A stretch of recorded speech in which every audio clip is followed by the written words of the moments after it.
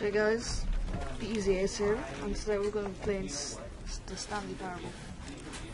Alright, let's begin. It's a new beginning. The end is never near. This is the story of a man named Stanley. Stanley worked for a company in a big building where he was employee number 427. Employee number 427's job was simple. He sat at his desk in room 427 and he pushed buttons on the keyboard. Orders came to him through a monitor on his desk, telling him what buttons to push, how long to push them, and in what order. This is what employee 427 did every day of every month of every year. And although others might have considered it soul-rending, Stanley relished every moment that the orders came in, as though he had been made exactly for this job. And Stanley was happy. And then one day, something very peculiar happened. Something that would forever change Stanley. Something he would never quite forget. He had been at his desk for nearly an hour when he realized that not one single order had arrived on the monitor for him to follow. No one had showed up to give him instructions, call a meeting, or even say hi. Never in all his years at the company had this happened, this complete isolation. Something was very clearly wrong. Shocked, frozen solid, Stanley found himself unable to move for the longest time. But as he came to his wits and regained his senses, he got up from his desk and stepped out of his office. Okay, we're back. Just I'm gonna be quiet for when like he's talking and stuff. So you can hear him. Okay. Seems pretty boring, pressing buttons. Stanley had never seen the office this brightly lit. Was it a sign of something? He hoped it was. He hoped very much that it was.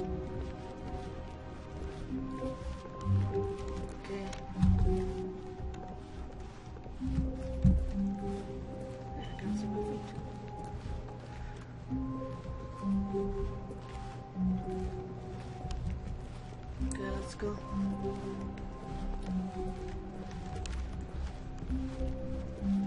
When Stanley came to a set of two open doors, he entered the door on his left. I'm gonna be a rebel. I'm gonna go through right side to left.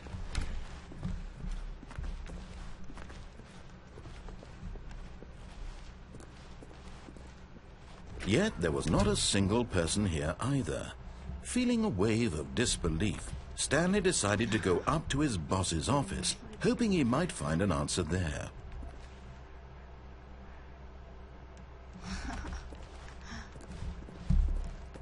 Funny stuff. A lot of ties.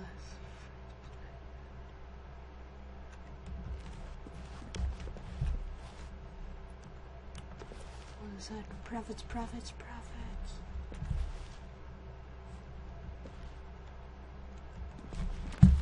Let's move on. Broom closet.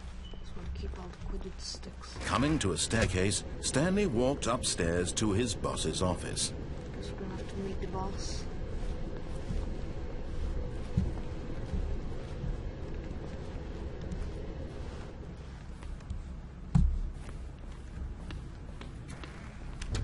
Where is it? Stepping into his manager's office, Stanley was once again stunned to discover not an indication of any human life. Shocked, unraveled, Stanley wondered in disbelief who orchestrated this, what dark secret was being held from him. What he could not have known was that the keypad behind the boss's desk guarded the terrible truth that his boss had been keeping from him. And so the boss had assigned it an extra secret PIN number. 2845. But of course, Stanley couldn't possibly have known this. What the hell? I don't see any PIN code. Stanley just sat around twiddling his thumbs. Trying to input anything on the device was useless, since he could never possibly know that the combination was 2845.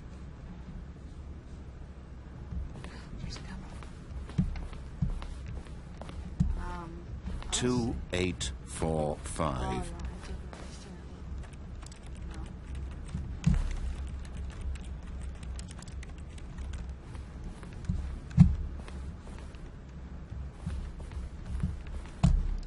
I don't see this keypad anywhere. Forgot, but it turns out that the panel's emergency override kicked in, and the door just opened all by itself. And Stanley got the hell along with the story. Well, whoop-de-doo. Oh my goodness.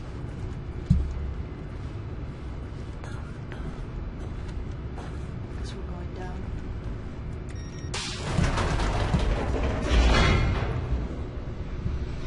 Best elevator ever.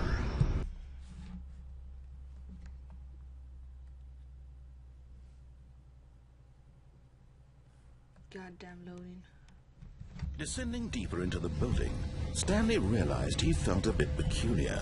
It was a stirring of emotion in his chest, as though he felt more free to think for himself, to question the nature of his job. Why did he feel this now, when for years it had never occurred to him? This question would not go unanswered for long. Looks like a portal from Mirror's Edge. Stanley walked straight ahead through the large door that read Mind Control Facility. Escape. I'm gonna escape from this place, guys. Although this passageway had the word escape written on it, the truth was that at the end of this hall, Stanley would meet his violent death. Violent death, not about that. That doesn't seem too good. I think we might just go back. Go to the mind control facility. Hopefully we're not gonna get brainwashed. But of course, Stanley thought better of it and realized he simply had too much to live for. Exactly. Oh my god, the amount of TVs. The lights rose on an enormous room packed with television screens. What horrible secret did this place hold? Stanley thought to himself. Did he have the strength to find out? Alright, another opening.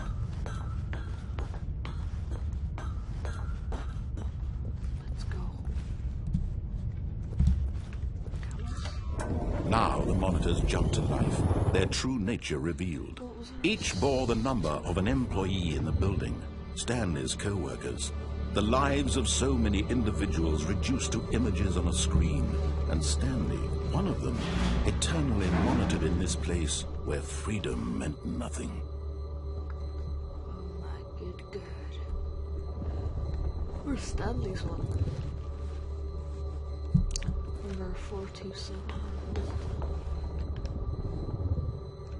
I know, I think it was 427. 427. It is us. Oh my god. There's us. Let's get out of here. What's this doing? This mind control facility, it was too horrible to believe. It couldn't be true. Had Stanley really been under someone's control all this time? Was this the only reason he was happy with his boring job? That his emotions had been manipulated to accept it blindly? No, he refused to believe it. He couldn't accept it. His own life in someone else's control? Never! It was unthinkable, wasn't it? Was it even possible? Had he truly spent his entire life utterly blind to the world? But here was the proof, the heart of the operation. Controls labeled with emotions, happy or sad or content. Walking, eating, working, all of it monitored and commanded from this very place. And as the cold reality of his past began to sink in, Stanley decided that this machinery would never again exert its terrible power over another human life. For he would dismantle the controls once and for all. How do I do that? Oh, right. Didn't direct the control box. Boxes. Let's go up. Explore.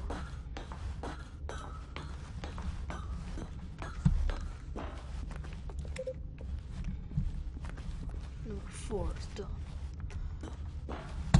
Are we supposed to do them in order? I think we are. Oh, not very good at putting things in order. Ooh, big red button.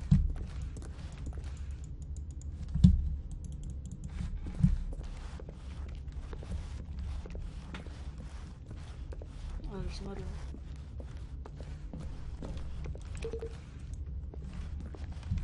Where's number 1? I found a number 1. Oh, no, there's it downstairs. Big red button. Oh, we can't press it.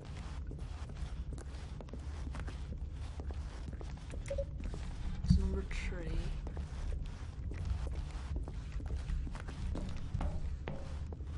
There's nothing down there. Okay, so we're supposed to go 1, 2,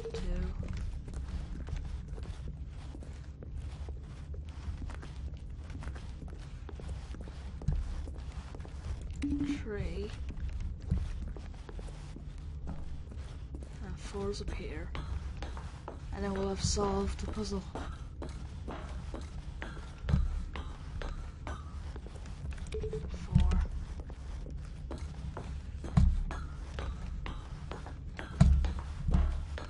Where's 5? Oh yeah, 5's closer.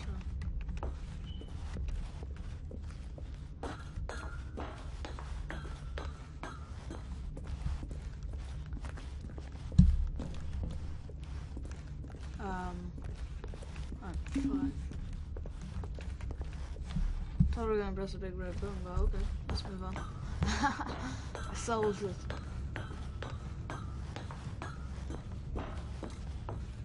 And when at last he found the source of the room's power, he knew it was his duty, his obligation, to put an end to this horrible place and to everything it stood for. Dude, I don't know, on or off. Let's go wish. Oh. Oh my god.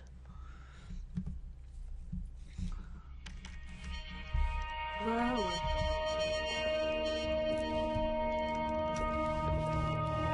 Blackness and a rising chill of uncertainty.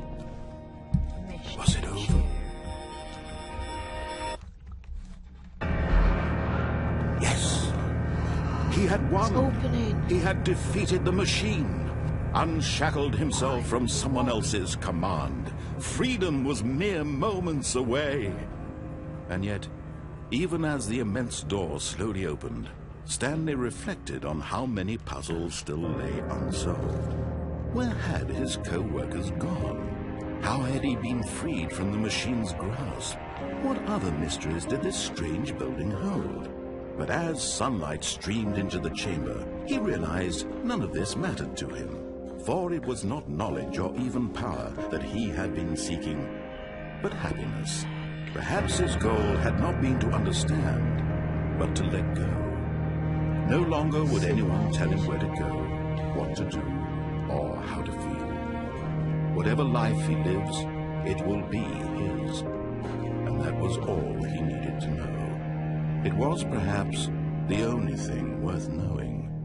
Stanley stepped through the open door.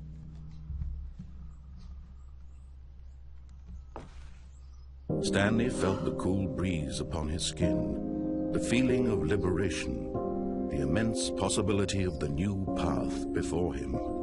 This was exactly the way, right now, that things were meant to happen. And Stanley was happy.